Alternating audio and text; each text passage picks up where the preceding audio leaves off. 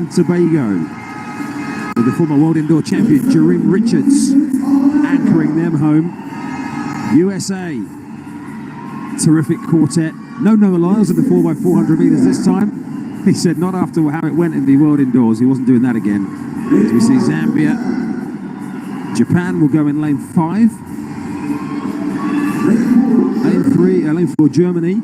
Keep your eye out for a very interesting participant in the Canadian team. On the second leg, zipping up his top, Marco Arup, the world 800 meters champion, goes in this event for Canada. And Poland complete the lineup in lane number 2. Just to update you, by the way, Brazil, who were one of our trailing finishes in the last race, they were actually officially disqualified, just for completeness. Marco Arup, just before we get on to the USA, I was looking up his relay performances for Canada, and I think someone said it would be last time he competed for Canada in a relay was at the World Junior Championships. He's hardly run a 400 meters, let alone taken part in a relay. 2017 Pan American Juniors was the last time that Marco Arup ran 4x4 for Canada. But I think you need speed for the 800 meters as well. So if you can do a little bit more speed and no blocks, I think it's a little bit easier than with the blocks. And how would this fit into an 800 meters runners training at this time of year? Bashing out a couple of 400s. Yeah, I think it's good. I think it's good for your speed, and if you can play around with your 800 meters with the speed, it's perfect for your 800 meters as well. But I think it will be running a good race as well. USA have Ja'Cory Patterson, Christopher Bailey, Champion Allison and Bryce Deadman in their lineup. You see Japan there, a couple of Satos, Nishi and Kawabata. Japan are the World Relay silver medalists from the last staging in Silesia in 2021. Champion Allison, who will run on the third leg for USA, was their anchor in Oregon in the World Championships.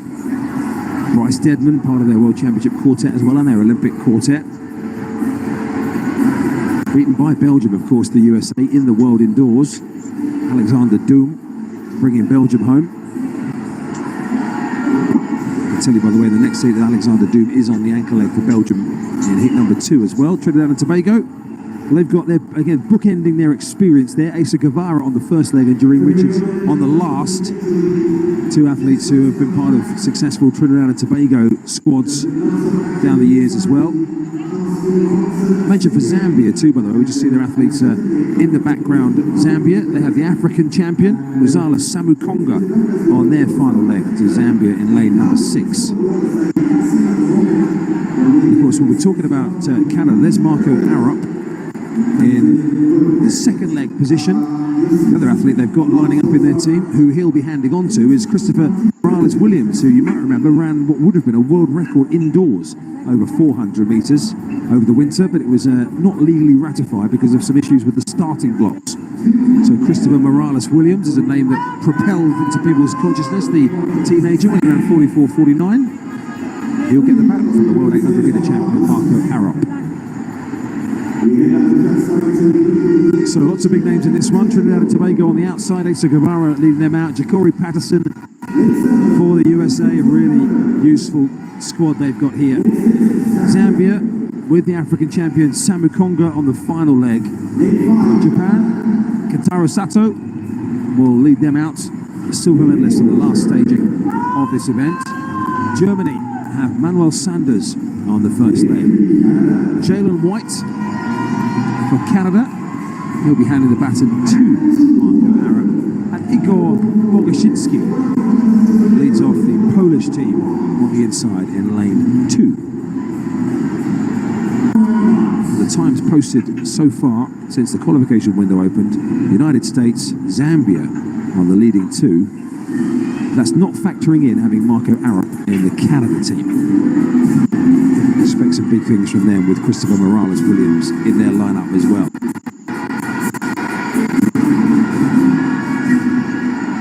The first heat of the men's 4x400 meters, with the first 2 automatically qualifying for the Olympic Games. So away we go. Asa Guevara right on the outside of Trinidad and Tobago will have experience of running in lane 8. To say a very seasoned relay runner. So not a problem for him to be out in lane 8. Canada have started strongly with Jalen White just at the bottom of your picture, trying to close on Manuel Sanders in the gold colours of Germany. Relatively even through the first 200 metres, save for Trinidad and Tobago, probably by a stride or two. Japan right in the middle are running strongly as well with Kentaro Sato. USA with Jacori Patterson also coming on strong down the home straight. A well-judged leg from Patterson of the USA as Trinidad and Tobago and Guevara start to tie up. USA and Japan. Canada also fading in towards the second half of the leg as Marco Arup gets the baton in his hand, the world 800 metres champion, and gets those arms pumping. But it's Japan, Germany and the USA. I didn't expect Germany because they had a really good handover. That's why they are in the mix, so that's perfect. So as they head down the back, it's Japan by a metre or so at the moment. Nishi just ahead of the second leg German runner, Jean-Paul Bredow. Now the USA with Christopher Bailey just easing through the gears, almost toying with the field, Chris Bailey. And coming around the outside, Marco Arup now is closing on Zambia. Tafali Kakene is coming under pressure for the world 800 metre champion. He's using that 800 metre strength down the home straight, but Canada have got plenty to do. USA handing on onto the third leg. Champion Allison has the baton for them. Mark Koch takes the baton for Germany, and it's Fugasato for Japan. Can Canada get themselves back in it with Christopher Morales-Williams? Japan is coming, but Canada there's a big gap between Germany and Canada. Trinidad and Tobago are the ones at the back of the field who are going past a couple as well. They're just closing up towards the back of the field, but these three at the moment have got a 10-metre gap or so on Canada in fourth position. USA swing round into the home straight. Champion Allison will hand on to Bryce Deadman for the final leg. Japan have Kaito Kawabata on the final leg. Germany just tying up there. Mark Koch struggling as he hands on to Emil Adjicum. Canada trying to get themselves back into the mix with Miles Meisner-Davy. But it's USA with a good advantage at the moment ahead of Japan. Deadman down the back extending away. They're just closing up on Japan now all of a sudden. Germany and Canada have got that second Olympic ticket in their sights at the moment. USA are not completely home and away, but I'm sure Bryce Deadman has got something up his sleeve. Japan though rallying. Germany challenging as well. Canada starting to fade out of it. USA, Deadman on the accelerator. Japan are coming. Germany are charging with Adjicum. Time's going to run out for them. It doesn't for the USA. USA, Japan on their way to the Olympics. Germany so near but yet so far.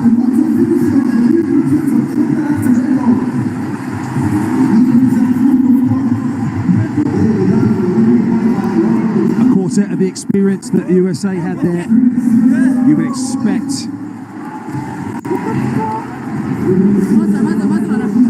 I'm just hearing from our production team that the USA are under review for sending out the wrong runners in the wrong order. So we'll just double check that. We'll have another look at that here. The order that we have on our paper here, that's the official start list, is Patterson, Bailey, Allison and Deadman. We'll double check that in a second, but they are officially under review, the United States here. So Germany, all of a sudden, thinking they've just been run out of it, might yet, Daphne, have an outside chance of something will go in their way here. But why should you change it? Like there's no reason for it mostly in the 4x4. 4x1 I understand, but 4x4... So this is Christopher Bailey, who was definitely on the right leg. He was listed on the second leg, and that is the one that he ran. So no problem there from that point of view. And he hands on to champion Allison, who was due to be on the third leg. So quite sure at the moment. And that's champion Allison handing on to Bryce Deadman, who's on the fourth leg. So what is under review at the moment isn't completely clear. But well, any further information that we will get on that, we will hand on to you as soon as we get it. Agony for Germany. What's up guys, welcome back to the channel. This is JUC. If you have not subscribed, please consider to subscribe today. So today we are looking at a race that shows that USA boys, young boys, are unstoppable because they have just humbled Europe and Canada in a stunning 4x400 meter relay. Let us have a look at how this race transpired. So, ladies and gentlemen, if anyone is wondering who owns the future of the men's 4x400-meter relay, this race just delivered a loud and unmistakable answer. This is the United States of America. What, guys, we are witnessing, or we have just witnessed at the World Relays that happened in the Bahamas, wasn't just another relay victory. It was a statement, a warning, a glimpse into the next generation of American sprint dominance. The scoreboard says it all. The United States stormed to victory in 3.00.42, finishing comfortably ahead of a world-class field that featured Japan, Germany, Trinidad and Tobago, Zambia, and Canada.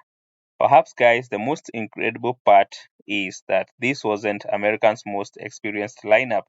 These were just young athletes, proving that the pipeline of the USA quarter milers is stronger than ever. From the moment the starters gun fired, Team USA looked calm, confident, and completely in control. The opening leg immediately established excellent rhythm, keeping the Americans in prime position without wasting unnecessary energy. There was no panic, no hesitation, just smooth and efficient running that set the tone for what was about to become a dominant performance. As the baton reached the second runner, the pace intensified. Japan and Germany were doing everything possible to stay within striking distance, but every exchange from Team USA looked almost flawless.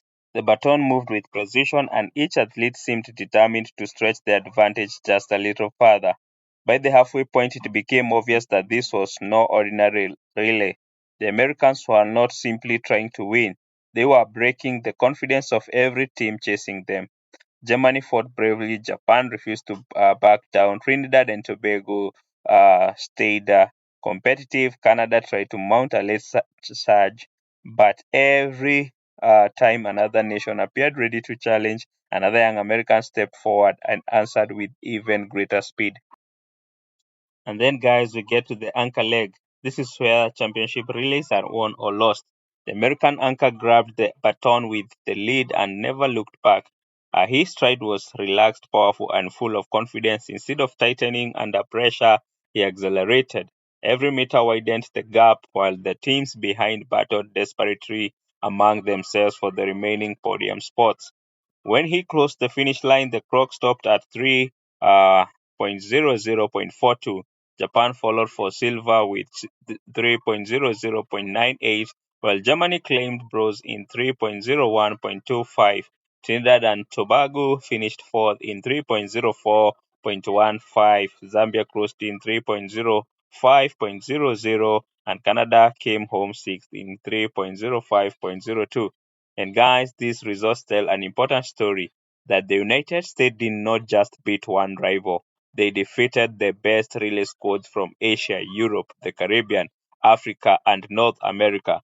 All in all, guys, this happened in one race. Every major sprinting region was represented, yet none could match the speed and execution of these young American athletes. And that, guys, that is exactly what should concern the rest of the world. If this is what Americans developing runners are capable of doing today, imagine what they'll become over the next Olympic cycle. The United States continues to produce wave after wave of elite 400-meter talent, ensuring that even when veteran star steps away, another generation is already prepared to take their place. And that, guys, is the true strength of American track and field, not just producing champions, but constantly replacing champions with even more hungry young athletes. And guys, in this race, there erupted drama as it was alleged that the United States had changed their presentation of the legs and how they were supposed to run. But after review, it was confirmed that the legs were just, they ran just as they had been presented during the orientation of the race. So, guys, let's subscribe to the channel. Let's get to 1,000 subscriber with this video. So don't forget to share and drop a comment on the comment section below, and let me know what you think about USA's sprint, especially in this 4x400. Do you think there is any country that will come close to United States talents and abilities in this era? So guys, adios, see you in the next video.